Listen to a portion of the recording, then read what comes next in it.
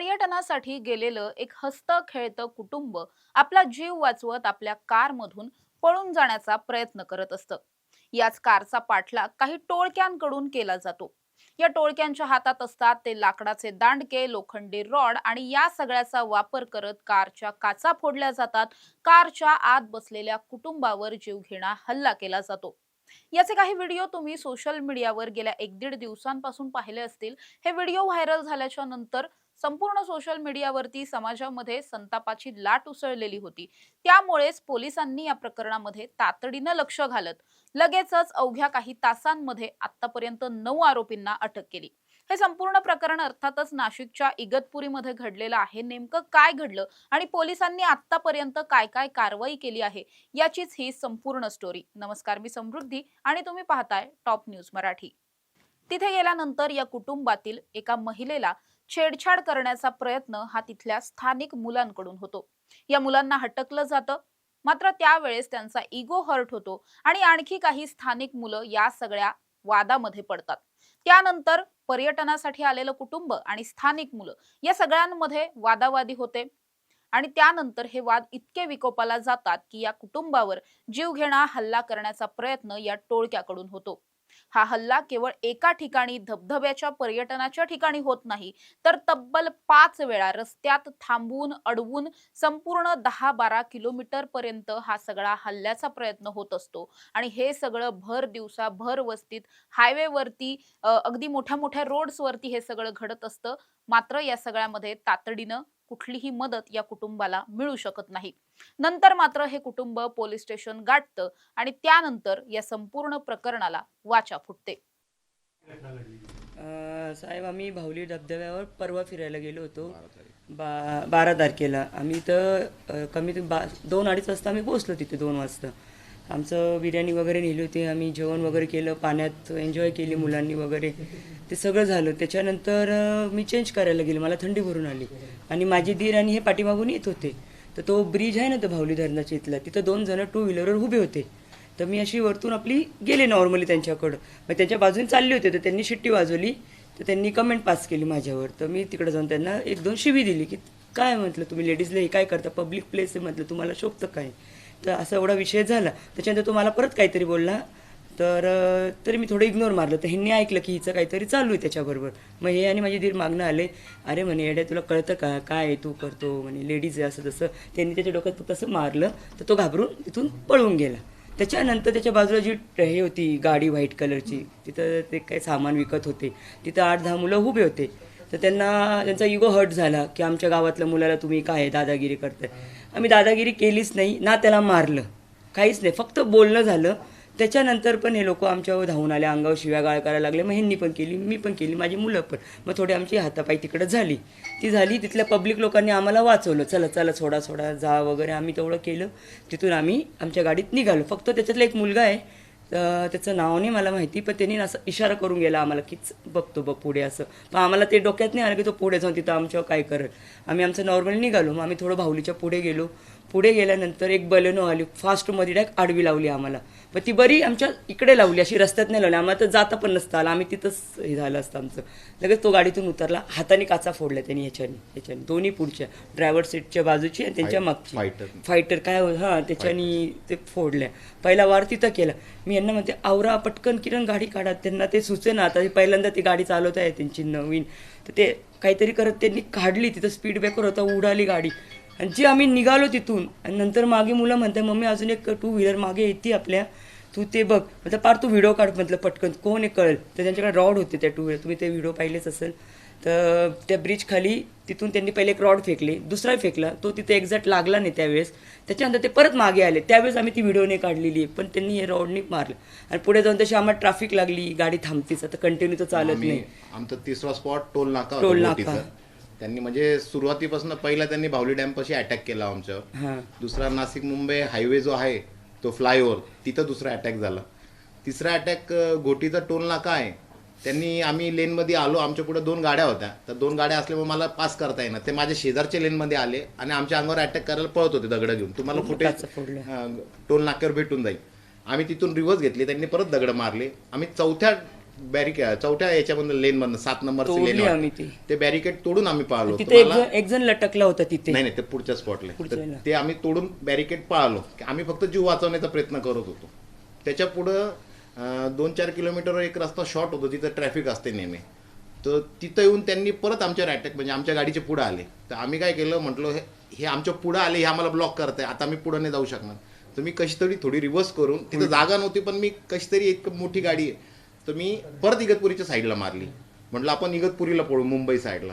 तर त्यांच्यातला एक मुलगा गाडीला आमच्या लटकला. तो 200 ते 500 मीटर आमच्या गाडीला लटकून होता. माझ्या चुलत भावाला खाली ओढण्याचा प्रयत्न करत होता. तर आम्ही गाडी पळू पण नव्हतो शकत. जर हा गाडी खाली आला तर आमच्याकडनं एखाद्याचा बळी होईल, आणि आम्ही थांबूही नव्हतो शकत की जर आम्ही थांबलो तर आमचा बळी जाईल. आमचा जीव धोक्यात असताना पण आम्ही त्याचा जीव आम्ही वाचवला. त्याचे हात, म्हणजे आम्ही त्याचे हात झटकत होतो की हा गाडीतून पडावा, म्हणजे लवकर निघावा आणि आम्ही पळावं. तर कस तरी तो 100-200 मीटरनी तो सुटला, तो पडला. आम्ही इगतपुरी साईडला पळायला लागलो. पण आम्ही बघितलं, मला आरशामध्ये दिसत होतं की मागून बलेनं आम्हाला परत पाठलाग करते ती व्हाईट कलरची. म्हटलं आपण परत यांच्याच गावाकडे चुकीच्या ठिकाणी चाललोय. परत मी रिव्हर्स मारली, म्हणजे उलटी टर्न मारून घेतला आणि नाशिक साईडला पळालो. मग त्याच्या पुढे तो चौथा स्पॉट होता. त्याच्या पुढे गोंदे दुमाला आहे, तिथं तो फ्लायओव्हर छोटासा ब्रिज आहे, तो काम चालू आहे. तिथं माझ्या पुढे 2-3-4 ट्रका होत्या. तर मला काही पास करायला जागा नाही. पण ते शेजारून परत बलेनो आली आणि ते आता आम्हाला कळालं की पुढे आहे. तर तिथं स्थानिक लोक भरपूर होते. मी सर्वांना रिक्वेस्ट केली, यांनी रडत होते की आम्हाला वाचवा, आम्हाला मारून टाकणार आहे. तो 20-50 जण तिथं गोळा झाले. तर त्यातला एक जो पिंक कलरचा शर्टचा मुलगा दिसतोय फोटोजमध्ये, तो आला, त्याने गाडी, आमचं सेल बंद, कारण काचा सर्व फुटलेला, त्याने सेल गाडीचा ऑफ केला. तो म्हटला फक्त खाली या, आपण सॉर्ट करू आणि आपण हा विषय मिटू. आम्ही उतरायला लागलो. तर आम्हाला कोणतरी आपले मुलं किंवा माझी वहिनी वगैरे म्हटले की उतरू नका, हे मारून टाकतील. तर मी गाडी सेल स्टार्ट केली, रिव्हर्स मारायला लागलो, त्यांनी माझी गच्ची धरली. तर त्याच्यामध्ये माझी 2 तळची चेन तिथं हरवली, पडली, ओढली, काय झालं काय माहिती. पण तिथून आम्ही थोडी रिव्हर्स घेतली. जशा 2 ट्रक पास व्हायला लागल्या, म्हटलं आता जागा आहे पळायला. तर आम्ही गाडी पळवली. जशी पळवली त्यांनी परत 5वा अटॅक केला, दगड मारली. पण तिथून मग आम्ही जे पळवली, म्हटलं आम्हाला काही, म्हणजे वाडीवारा पोलिस पण येत होते. ते म्हटलं आम्ही फाट्याला येऊन थांबतो. पण म्हटलं हे येण्यास पहिले हेच आमच्या पहिले येत होते आमच्या पुढे. म्हटलं हे येतील, पोलिसांनी आले तर आपल्या जीवाशी कमी जास्त होईल. मग आम्ही डायरेक्ट अंबड पोलीस स्टेशन गाठलं.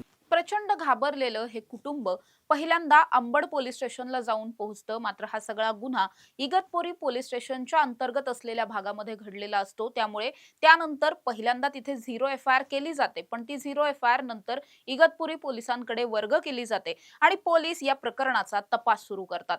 अक्षरशः रात्रभर बसून सगळे व्हिडिओज पाहिले जातात. ज्या ज्या ठिकाणी CCTV आहेत, हे CCTV मिळवले जातात. CCTVच्या माध्यमातून गाड्यांचा शोध घेतला जातो. तरुणांचे चेहरे स्कॅन केले जातात, त्यांची ओळख पटवली जाते, त्यांचे ऍड्रेस मिळवले जातात.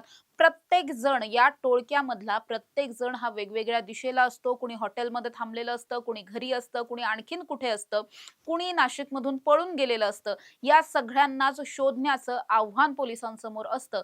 अवघ्या काही तासांमध्ये पोलीस हे आव्हान पेलवतात आणि 1, 2, 3 नाही तर तब्बल 9 आरोपींना अटक सुद्धा करतात. नेमकं पोलिसांनी अटक कसं केलं हे सुद्धा जाणून घेणं खूप जास्त महत्त्वाचं आहे.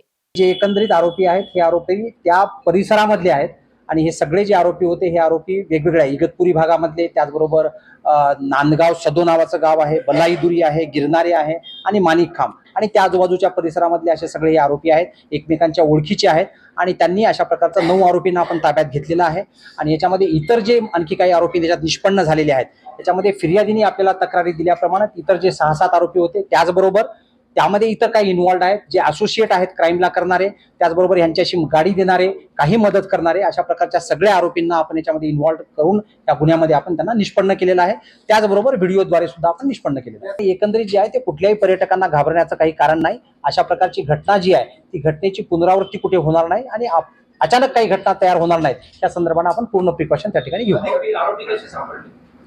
हे जे आरोपी आहेत, हे आरोपी आपल्याला पहिल्यांदा आपण जेवढा काही आपल्याकडे व्हिडिओ आला, आरोपींची ओळख कोणाची नव्हती. आपण व्हिडिओच्या माध्यमातून त्याचप्रमाणे टेक्निकल अनालिसिसची मदत घेऊन आपण रात्रभर त्या ठिकाणी प्रत्येक व्हिडिओ प्रत्येक बारकाईनं बघून आणि टेक्निकल अनालिसिस करून आपण याच्यामध्ये कोण कोण लोक इन्व्हॉल्ड आहेत त्या सगळ्या लोकांची माहिती आपल्याला पहिल्यांदा त्या पद्धतीने मिळाली.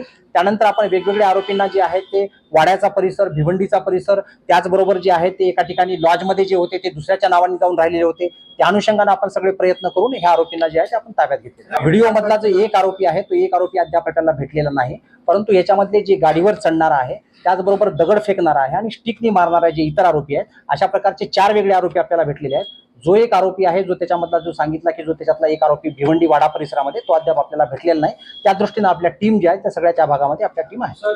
पोलिसांनी दिलेल्या माहितीनुसार या संपूर्ण प्रकरणामध्ये काही असे तरुण आहेत ज्यांच्यावर आधीचे गुन्हे नाहीयेत, मात्र 2 ते 3 असेही आहेत ज्यांच्यावर यापूर्वीचे गंभीर स्वरूपाचे गुन्हे आहेत. एकावर तर खुनाचा सुद्धा गुन्हा दाखल आहे. सध्या हाच आरोपी पोलिसांच्या अटकेत आलेला नाहीये, तो अजूनही फरार आहे. मात्र पोलिसांकडून त्याचं सर्च ऑपरेशन राबवलं जात आहे. लवकरात लवकर त्याला अटक करण्याची प्रक्रिया ही पोलिसांकडून राबवली जाणार आहे. मात्र या सगळ्याच्या नंतर जेव्हा हे व्हिडिओ व्हायरल झाले, पोलिसांवर अनेक प्रश्नचिन्ह निर्माण झालेली होती. कारण पोलीस असताना भर दिवसा अशा पद्धतीनं रस्त्यामध्ये जर एखाद्या गाडीला फॉलो केलं जात असेल, एखाद्या कुटुंबाला मारण्याचा प्रयत्न होत असेल, तर कायदा आणि सुव्यवस्था आहे की नाही, पोलिसांचा धाक या टोळक्यांना, गुन्हेगारांना राहिलाय की नाही, असे अनेक प्रश्न उपस्थित केले जात होते. त्यामुळेच पोलिसांसमोर हे सगळं आव्हान होतं. पोलिसांनी सुद्धा अवघ्या काही तासांमध्ये आरोपींना अटक करून दाखवली. उर्वरित जे आरोपी आहेत त्यांचं सर्च ऑपरेशन सुद्धा सुरू आहे. विशेष म्हणजे या सगळ्यामध्ये कौतुक करण्याची गोष्ट एक अशी आहे की या सगळ्यातलं जे पीडित कुटुंब आहे, या पीडित कुटुंबानं 7 ते 8 तरुणांच्या विरोधात ही तक्रार दिलेली होती. कारण 7 ते 8 तरुणांनीच त्यांना प्रत्यक्षात जीवघेणा हल्ला केलेला होता किंवा छेडलेलं होतं. हे सगळं करणारे जे होते ते 7-8 जणच होते. पण पोलिसांनी आतापर्यंत या प्रकरणात 9 जणांना अटक केली आहे. अजून 2-3 जण पोलिसांना या प्रकरणामध्ये अपेक्षित आहेत. या व्यतिरिक्त पोलिसांचा तपासही सुरू आहे. तपासामध्ये आणखी काही नावं ऍड होण्याची शक्यता आहे. आता मुळात हे का? तर असं आहे की पोलिसांनी या सगळ्यामध्ये केवळ प्रत्यक्षात गुन्हा करणारेच नाही, तर त्यांना गाडी पुरवणारे, त्यांना मदत करणारे, त्यांना साथ देणारे, लपण्यासाठी आश्रय देणारे असे वेगवेगळ्या जणांना सुद्धा या प्रकरणामध्ये पोलिसांनी सह आरोपी केलंय. म्हणजे ज्यांनी प्रत्यक्षात गुन्हा केला तेही आणि जे अप्रत्यक्ष सहभागी आहेत त्यांना सुद्धा सह आरोपी केलंय. जेणेकरून इथून पुढच्या काळामध्ये जर असं काही घडलंच तर कुणीही या आरोपींना कधीही मदत करणार नाही. जर तुम्ही गुन्हेगारांची, आरोपींची मदत करत असाल तर तुम्ही सुद्धा एक प्रकारे गुन्हाच करताय आणि तुम्हाला सुद्धा शिक्षेला सामोरं जावं लागेल हे दाखवून देण्यासाठी म्हणून पोलिसांनी उचललेलं हे कडक पाऊल आहे. पोलिसांच्या या कामगिरीचं कौतुक होत आहे. पण दुसरीकडे पोलिसांनी सुद्धा या सगळ्या घटनेला गांभीर्यानं घेत आता ज्या ज्या ठिकाणी अशी पर्यटनाची स्थळं आहेत त्या ठिकाणचा बंदोबस्त वाढवण्याचं ठरवलेलं आहे. त्या ठिकाणी आणखी जास्त सीसीटीव्ही असतील किंवा पेट्रोलिंग असेल, हे सगळं पोलिसांकडून केलं जाणार आहे. जेणेकरून आता हा व्हिडिओ व्हायरल झाल्याच्या नंतर राज्यभरातल्या पर्यटकांमध्ये जे काही भीतीचं वातावरण निर्माण झालेलं होतं, तशा पद्धतीचं वातावरण इथून पुढच्या काळामध्ये राहू नये. प्रत्येकाला आपापल्या कुटुंबाबरोबर, नातलगांबरोबर, मित्रमंडळींबरोबर नीट पद्धतीनं पर्यटन करता यावं, सुरक्षितरित्या पर्यटन करता यावं, यासाठी म्हणून पोलिसांनी हे पाऊल उचललेलं आहे. केवळ नाशिक पोलीसच नाही तर या घटनेतून बोध घेऊन राज्यभरामधले पोलीस या सगळ्याची अंमलबजावणी करताना सुद्धा पाहायला मिळणार आहेत. अशा ताज्या आणि महत्त्वाच्या बातम्यांसाठी तुम्ही पाहत राहा टॉप न्यूज मराठी. आपला महाराष्ट्र, आपली बातमी. तुमची car, electric panel, data server आगीपासून सुरक्षित आहे का? नाही? मग आजच बसवा F protect temperature activated fire suppression device. यामध्ये आहे eco friendly non toxic pressurised liquid, जे आग लागल्यास क्षणार्धात ऍक्टिव्हेट होऊन आगीवरती मिळवते नियंत्रण. बसवण्यास अतिशय सोपे आणि सुटसुटीत. टेकालिपचे एक दर्जेदार उत्पादन एफ प्रोटेक्ट.